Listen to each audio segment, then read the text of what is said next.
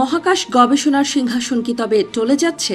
দীর্ঘ ২.৫ দশক ধরে পৃথিবীর নিম্ন কক্ষপথে যে মার্কিন আধিপত্যের জয়জয়কার ছিল, সেখানে এখন ঘনিয়ে আসছে সংকটের কালো মেঘ। আন্তর্জাতিক মহাকাশ স্টেশন বা ISS এর বিদায় ঘণ্টা বাজার সাথে সাথে নাসার কপালে এখন চিন্তার ভাঁজ। ১৯৯৮ সাল থেকে মানব সভ্যতার সাহসের প্রতীক হয়ে মহাকাশে ভাসছে আন্তর্জাতিক মহাকাশ স্টেশন ISS। দীর্ঘ ২.৫ দশকেরও বেশি সময় ধরে এটি ছিল বিজ্ঞান আর কূটনীতির মিলন মেলা। কিন্তু সময় কারো জন্য থেমে থাকে না। ২০৩০ সালের মধ্যে এই বিশাল গবেষণাগারটি তার কার্যক্ষমতা হারিয়ে অকেজো হয়ে যাওয়ার দ্বারপ্রান্তে। আর এটাই এখন নাসার জন্য এক বিশাল মাথা ব্যথার কারণ হয়ে দাঁড়িয়েছে। ISS অবসরে যাবে এটা জানা কথা, কিন্তু সমস্যা হলো এর কোনো যোগ্য উত্তরসূরি এখনও নিশ্চিত করতে পারেনি নাসা। পৃথিবীর কক্ষপথে নিজেদের উপস্থিতি ধরে রাখার জন্য যে বিকল্প কাঠামো প্রয়োজন, তার রূপরেখা এখনও ধোঁয়াশায় ঘেরা। এই শূন্যতা কেবল বৈজ্ঞানিক ক্ষতি নয়, বরং একে দেখা হচ্ছে এক বিশাল জাতীয় নিরাপত্তা ঝুঁকি হিসেবে। যুক্তরাষ্ট্র যখন বিকল্প খুঁজতে ব্যস্ত, তখন বেইজিংয়ের তিয়ানগং মহাকাশ স্টেশন পূর্ণোদ্যমে মহাকাশে রাজত্ব করছে। ২০২২ সালে কাজ শুরু করা এই চীনা স্টেশনটি এখন বিশ্বের বিভিন্ন দেশের বিজ্ঞানীদের কাছে নতুন গন্তব্য।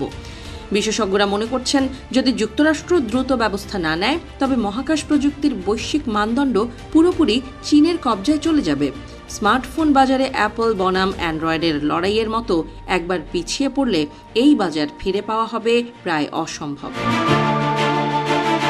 পরিস্থিতি সামাল দিতে মার্কিন সিনেটে স্টেশনটির মেয়াদ ২০৩২ সাল পর্যন্ত বাড়ানোর বিল তোলা হয়েছে, কিন্তু মাঠের বাস্তবতা ভিন্ন। ২০২৫ সালের দীর্ঘ সরকারি শাটডাউন এবং নাসা প্রশাসকের নিয়োগ নিয়ে সৃষ্ট জটিলতা পুরো প্রক্রিয়াকে মন্থর করে দিয়েছে। বেসরকারি সংস্থাগুলো এখনও নাসার কাছ থেকে প্রয়োজনীয় দিক নির্দেশনা ও পর্যাপ্ত অর্থায়ন পায়নি, যা ২০৩০-এর লক্ষ্যমাত্রাকে করে তুলছে আরও অনিশ্চিত। সরকারি ঢিলেমির মাঝেও অবশ্য দমে নেই বেসরকারি প্রতিষ্ঠানগুলো। ভাস্ট এবং অ্যাক্সিওম স্পেসের মতো সংস্থাগুলো নিজস্ব অর্থায়নে স্টেশন তৈরির কাজ চালিয়ে যাচ্ছে। ভাস্ট ২০২৭ সালের মধ্যেই তাদের হেভেন-1 মডিউল পাঠানোর স্বপ্ন দেখছে। অন্যদিকে অ্যাক্সিওম স্পেস ২০২৮ সালের মধ্যে নিজস্ব মডিউল পাঠানোর পরিকল্পনা করছে, যা শুরুতে ISS এর সাথে যুক্ত থেকে পরে স্বাধীনভাবে কক্ষপথে বিচরণ করবে।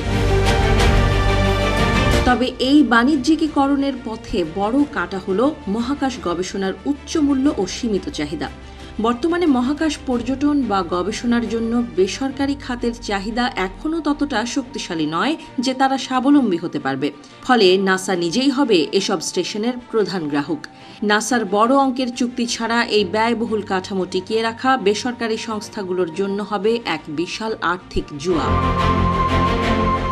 এদিকে বর্তমান মহাকাশ স্টেশনটির অবস্থা এখন বেশ নাজুক। প্রায়শই সেখানে ফাটল আর যান্ত্রিক ত্রুটি ধরা পড়ছে। নাসার সেফটি প্যানেল সতর্ক করেছে যে দ্রুত বিকল্প না মিললে আর্টেমিস মিশনের মতো গুরুত্বপূর্ণ চন্দ্র অভিযানগুলো মুখ থুবড়ে পড়তে পারে, কারণ গভীর মহাকাশে যাওয়ার আগে নভোচারীদের স্বাস্থ্য ও প্রযুক্তির চূড়ান্ত পরীক্ষা এই কক্ষপথেই সারতে হয়। সবচেয়ে বড় শঙ্কা তৈরি হয়েছে রাশিয়া থেকে। ২০২৮ সালের পর রাশিয়া এই স্টেশনে আর না থাকার ইঙ্গিত দিয়েছে। রাশিয়ার কারিগরি সহায়তা ছাড়া স্টেশনটি চালানো যুক্তরাষ্ট্রের জন্য যেমন ব্যয়বহুল, তেমনি কঠিন।